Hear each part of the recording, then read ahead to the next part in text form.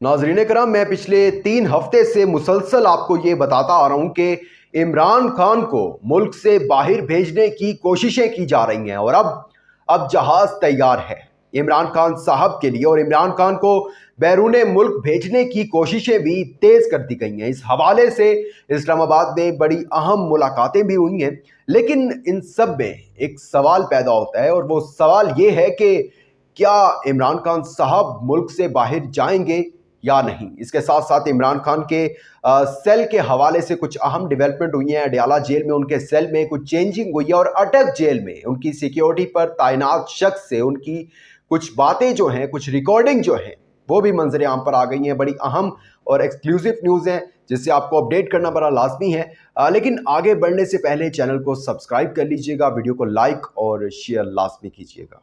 नाज़रीन करम, अब सभी जानते हैं कि इमरान खान की जान को खतरा है। चाहे वो अटक जेल थी, अडयाला जेल है, इमरान खान जेल से बाहर थे तब भी कातिलाना हमले होते रहे। फिर अटक जेल में जो था वो खदशात जाहिर किए जाते थे कि खान साहब को जो है वो जहर दे के, खाने में जहर मिलाकर जो है वो कत्ल कर दिया जाएगा। उसके बाद खान साहब अब अटक जेल ट्रांसफ़र हो गए हैं, तो उसके बाद भी उनके सेल के हवाले से काफ़ी तशवीश का इजहार किया जा रहा है। फिर यही खदशा यहाँ पर भी शो किया जा रहा है कि जी खाने में जहर दे दिया जाएगा। इस हवाले से बुशरा बीबी ने इस्लामाबाद हाई कोर्ट से रुजू किया और कहा है कि मेरे शोहर को वो सहूलियात दे दी जाएं जो वो डिज़र्व करते हैं। एक साबिक वज़ीर आज़म की हैसियत से हमें वो नवाज शरीफ वाला सेल नहीं चाहिए कि वो जो घर से खाने बनकर आते थे उनके लिए, और वो जो LCDयाँ लगी होती थी, AC लगे होते थे, वो सब चीज़ें, वो मरियम नवाज वाला सेल नहीं चाहिए, वो शहबाज शरीफ वाला सेल नहीं चाहिए हमें।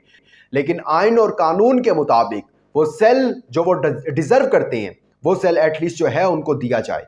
अभी तक कोई इसके ऊपर दरख्वास्त पर समाअत वगैरह नहीं हुई, लेकिन उम्मीद की जाती है कि जिस तरह साबिक चीफ जस्टिस उमर अता बंदयाल ने एक वार्निंग जारी की थी जेल सुप्रीडेंट को कि अगर खान साहब को कुछ हुआ तो उसके जिम्मेदार कसूरवार आप होंगे, और अब भी जो इस्लामाबाद हाई कोर्ट के चीफ जस्टिस हैं वो भी कुछ इस तरह की ऑर्डर जारी करें ताकि खान साहब की वेल बींग और सेफ्टी के हवाले से कोई भी कंप्रोमाइज़ ना किया जाए। अच्छा, अभी कल की बात है, वो एक सोशल मीडिया पर काफ़ी तस्वीर वायरल हो रही थी और आप देख भी रहे होंगे मेरे पीछे। वो एक सेल था, इंतहाई गंदा सेल और इंतहाई छोटा सेल। काफ़ी PTI के वर्कर्स जो हैं और चाहने वाले हैं खान साहब के, वो ये फरमा रहे थे कि ये इस सेल में इमरान खान साहब को रखा गया है। लेकिन जब पता चला, थोड़ी सी उसके ऊपर रिसर्च की, तो पता चला नहीं, ये खान साहब को इस सेल में नहीं रखा गया। इस खबर की मैं तरदीद कर दूं, क्योंकि जो गलत है उसको तो गलत कहना बनता है। अच्छा खैर, इसके बाद ये एक अमेरिका का ही एक सेल था, वहाँ के किसी जेल का। खैर, PTI के वकला ने भी, सिर्फ मैंने नहीं, PTI के वकला ने भी इसकी तरदीद की। उन्होंने कहा जी बिल्कुल ये फेक जो है इमेज है, ऐसा जो है ना, ये खान साहब का सेल नहीं है। लेकिन जो खान साहब का सेल है वो इससे भी गंदा है, इससे भी छोटा है। यानी कि जो PTI वर्कर्स और खान साहब के चाहने वाले रो रहे थे ना, ये मेरे खान साहब को, हमारे साबिक वज़ीर आज़म को इस सेल में रखा गया है, तो अब अंदाज़ा कर लें ये सेल जो आप देख रहे थे ना, ये वो काफ़ी अच्छा था सेल। लेकिन जो इमरान खान का सेल है वो इससे भी गंदा, जो आपने देखा तस्वीर में और आपने शेयर भी किया, पूरी सोशल मीडिया भर दी, और इससे भी तंग है। अच्छा, 26 सितंबर को इमरान खान साहब को अटक जेल से अडयाला जेल मुंतकिल कर दिया गया था और बताया ये जा रहा है जी इमरान खान को पहले B क्लास में रखा गया था, लेकिन सिक्योरिटी खदशात की वजह से इमरान खान को B क्लास से सिक्योरिटी बैरक में मुंतकिल कर दिया गया है। मैंने ऊपर एक इब्तिदा में बात की थी कि खान साहब की एक सिक्योरिटी एहलकार के साथ ऑडियो रिकॉर्डिंग भी मंजर आम पर आई है जी।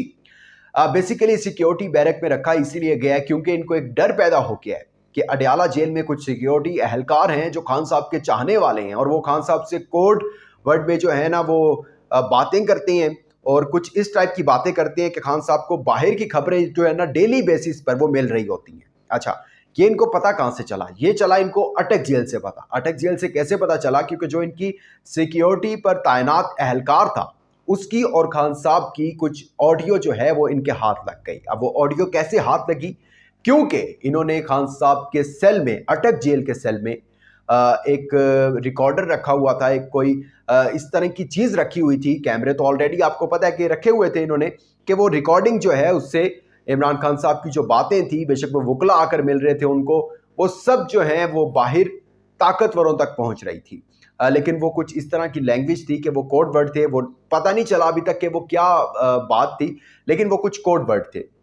ठीक है, हो सकता है कि शायद वैसे ही एक कॉमन कन्वर्सेशन हुई हो उनके दरमियान, खान साहब और वो सिक्योरिटी एहलकार के दरमियान, चाहने वाला होगा खान साहब का, तो वो इन तक सही रिकॉर्डिंग नहीं पहुंची और इन्होंने कह दिया जी वो कुछ इस तरह की हिकमत अमली बनाई जा रही थी और वो जो सिक्योरिटी एहलकार था वो खबरें पहुंचा रहा था। खैर, इसीलिए अब हो सकता है कि अडयाला जेल में भी कुछ इस तरह का किया गया हो और जितने भी वकला उनको मिलने जा रहे हैं उनको एहतियात बरतनी चाहिए कि कुछ इस टाइप का ना कहें, कुछ इस टाइप की बातें ना करें कि जो खान साहब की वेलबिंग और सेफ्टी के हवाले से मुश्किलात खड़ी कर सके। अच्छा जी, सबसे अहम डेवलपमेंट और सबसे बड़ी खबर, ये तो एक खबर थी, मैं पिछले कई 3 हफ्ते से और मुसलसल मैंने आपको पहले भी बताया, हर वीडियो में आपको बताता आया हूं कि खान साहब को बाहर जाने की और डील की ऑफर की जा रही थी।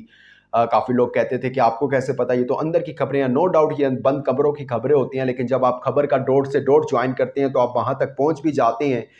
खैर, अब जो है ये मेन स्ट्रीम मीडिया जो इस टाइम फुल हाईजैक है, उस पर भी आना शुरू हो गई हैं। इसका मतलब ये है कि मेरी खबर की तस्दीक हो चुकी है, अजीज न्यूज़ की खबर की तस्दीक हो चुकी है। खैर, अब जी मोहम्मद अली दुरानी, और आपको पता है कि वो सदर मुमलिकत की बातचीत हो रही थी, और ये भी चीज़ें सामने आई थी कि मोहम्मद अली दुरानी ने सदर मुमलिकत को भेजा था कि आप मुलाकात करके आएँ, आप मना कर आएँ खान साहब को।